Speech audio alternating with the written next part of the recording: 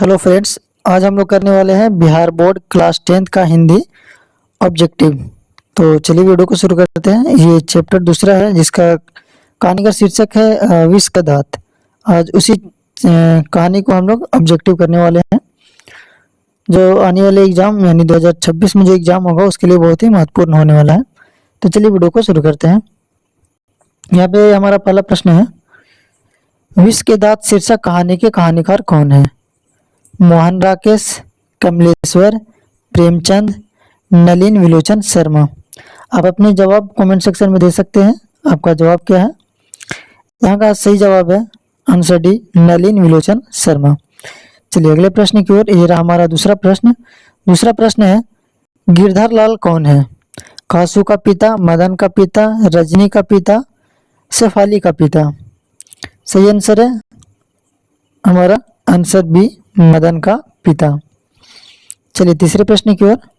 हमारा तीसरा प्रश्न है, मदन ने कासू के कितने दांत तोड़ डाले? 3, 1, 2 या 4। हमारा सही आंसर है आंसर सी, 2 दांत। चलिए अगले प्रश्न की ओर। यह हमारा चौथा प्रश्न है, नलिन विलोचन शर्मा के पिताजी का क्या नाम था?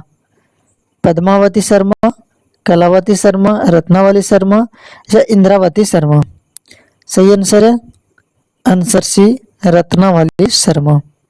यह रहा पांचवा प्रश्न, नलिन विलोचन शर्मा के कहानियों में किसके तत्व समग्रता से उभर आए?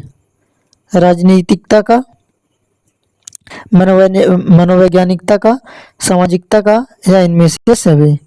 हमारा सही आंसर है आंसर बी, मनोवैज्ञानिकता का। अगला प्रश्न है, मोटर कार को किससे खतरा हो सकता था? ड्राइवर से, मदन से, खोखा से या इंजीनियर से। सही आंसर है आंसर सी, खोखा से। यानी खोखा ही था जिससे कि मोटर गाड़ी को खतरा था, अन्य किसी व्यक्ति से मोटर गाड़ी को खतरा नहीं था। ये अगला प्रश्न है, खोखा खोखी किस भाषा का शब्द है? तमिल का, भोजपुरी का, बांग्ला का या हिंदी का। सही आंसर है आंसर सी, बांग्ला का। चलिए अगले प्रश्न की ओर। अगला प्रश्न है, ऐसे ही लड़के आगे चलकर गुंडे, चोर, डाकू बनते हैं। यह पंक्ति कहानी के किस पात्र ने कही है? सेन साहब की धर्मपत्नी, गिरधर, सेन साहब या सोफर। सोफर का मतलब नौकर होता है। सही आंसर है आंसर सी, सेन साहब। चलिए अगले प्रश्न की ओर। खोखा खोखी का अर्थ है, खोखा खोखी का क्या अर्थ होता है? बच्चा बच्ची, दादा दादी, भाई बहन, चाचा चाची। सही आंसर है आंसर ए, बच्चा बच्ची। 10वां प्रश्न है, खोखा का क्या नाम है? खोखा का क्या नाम है? किसु, कुसु, कासु, केसु। अब जवाब भी अपना कमेंट सेक्शन में देते रहिए और देखिए आपने कितने सवालों का सही जवाब दिया है। आंसर सी इसका सही है, कासु। कासु का नाम ही खोखा था। अगला प्रश्न है, विष के दांत कैसी कहानी है? सामाजिक, ऐतिहासिक, धार्मिक या मनोवैज्ञानिक। सही आंसर है आंसर डी, मनोवैज्ञानिक। चलिए अगले प्रश्न की ओर। अगला प्रश्न है, सेन साहब अपने पुत्र को बनाना चाहते थे, अर्थात सेन साहब अपने पुत्र को क्या बनाना चाहते थे? बिजनेसमैन या इंजीनियर, वकील, प्रोफेसर या डॉक्टर। सही आंसर है बिजनेसमैन या इंजीनियर बनाना चाहते थे। इसी वजह से वो उसे स्कूल में भी नहीं भेजा करते थे। अगला प्रश्न है, मदन अक्सर किसके हाथों से पीटता था? माता, सेन साहब, खोखा या पिता के हाथों से। सही आंसर है आंसर डी, पिता के हाथों से पीटा करता था। वो अक्सर कोई भी गलती होती थी तो उसे पिता मारपीट करते थे उसको। अगला प्रश्न है, नलिन विलोचन शर्मा के पिता का नाम क्या था? पंडित रामावतार शर्मा, पंडित कृष्णावतार शर्मा, पंडित मृत्युंजय शर्मा, पंडित दशावतार शर्मा। सही आंसर है पंडित रामावतार शर्मा।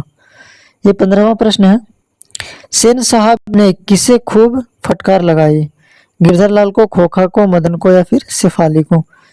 सही आंसर है गिरधर लाल को।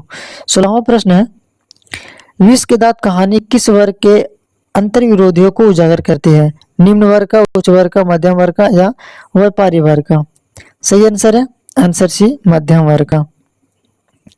अगला प्रश्न है, कासू मदन के साथ किस खेल में शरीक होना चाहता था? अर्थात कासू जो है वो किस खेल में मदन के साथ कौन सा खेल खेलना चाहता था, शामिल होना चाहता था खेल में? फुटबॉल के खेल में, हॉकी खेल में, बैडमिंटन या फिर लट्टू के खेल में? सही आंसर है आंसर डी, लट्टू के खेल में।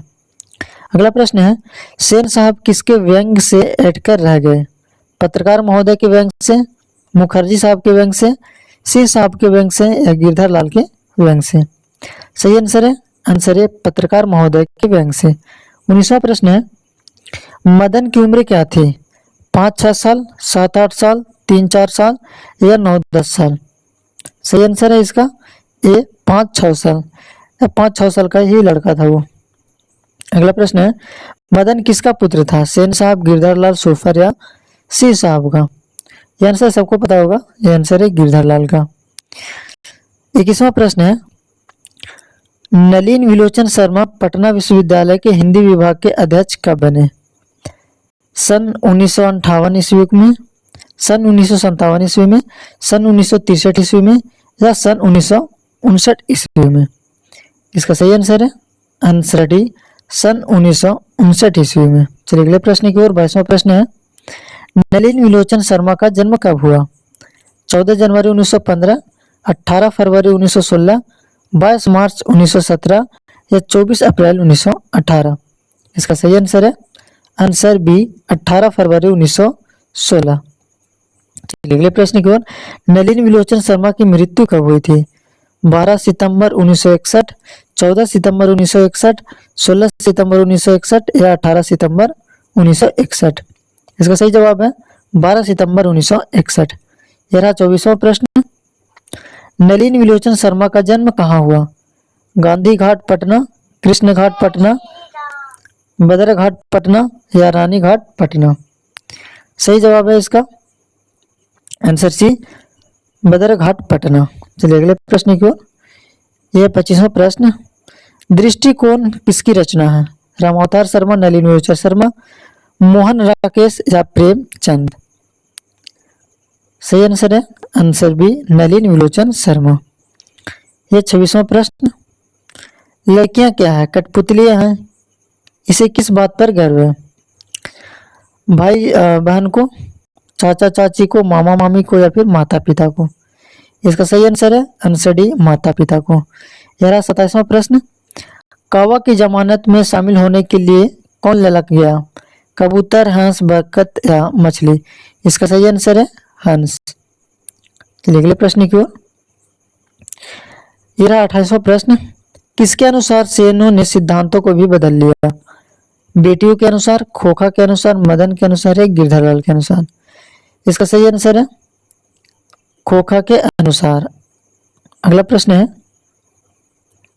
सेन साहब की कितनी लड़कियां थी?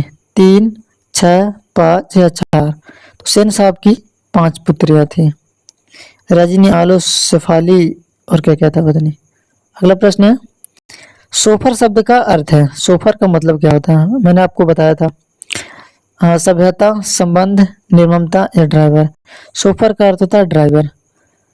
अब आप कमेंट करके बताइए आपने कितने सवालों का सही जवाब दिया है, और मैं भी देखना चाहता हूँ कि कितने लोग हैं जो सही से तैयारी कर रहे हैं और कितने प्रश्नों का सही जवाब दे रहे हैं।